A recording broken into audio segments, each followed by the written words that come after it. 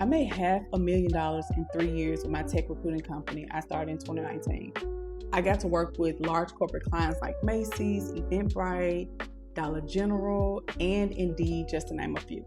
So welcome, I'm Karen Williams, the founder of MenTech Agency, Bold in Business, and the On Pause podcast. But listen, before I had that success, I went through 3 years of failed attempts at different business ventures, okay? I learned a lot along the way.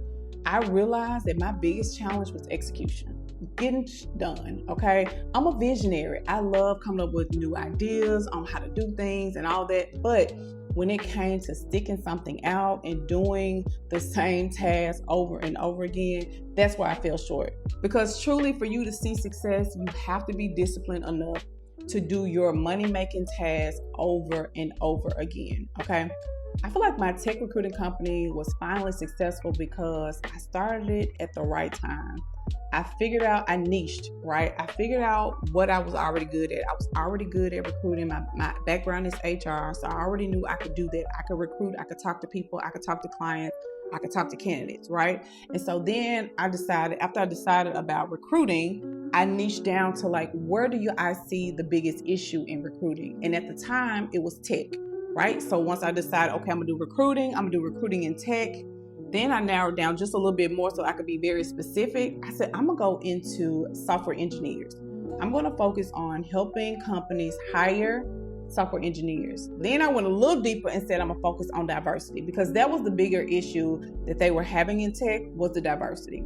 So once I niched down and decided, okay, I wanna do recruiting, I want to do tech recruiting, I want to do diversity tech recruiting, and I want to focus on software engineers.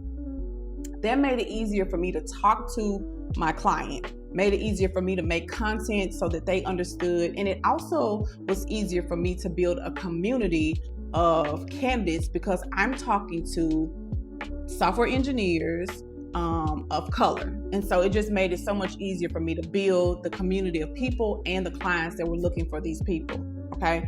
And so as I did that, I put myself out there. That was another thing, right? I started putting myself out there. I started going to networking events. I started speaking on panels about diversity in tech. And that's how I got my first client. I got on a panel to talk about diversity in tech, right? So I think the biggest thing was like really niching down, understanding where people had a problem. For me, when I start a business, or when I think for you, when you start a business, the thing should be, what do people know they have a problem with? And once I really get into that pain point and drill it in, they'll be like, oh, she's the solution to this problem that I was just thinking about.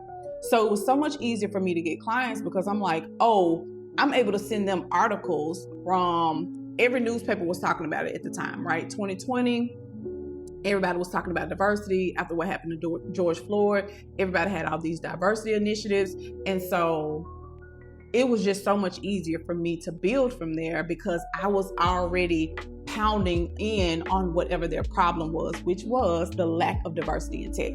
So I would say for anyone that is starting a business to think about what is that thing that people already struggle with that you're good at, okay? So listen, this is Bold in Business with Karen, and I'm going to be sharing tips and resources on how to start and grow a successful and profitable business. So make sure that you subscribe, okay? Hit that subscribe button and drop your comments down below. Let me know what's the biggest challenge that you're dealing with in your business, and I would love to create content to support you. Bye.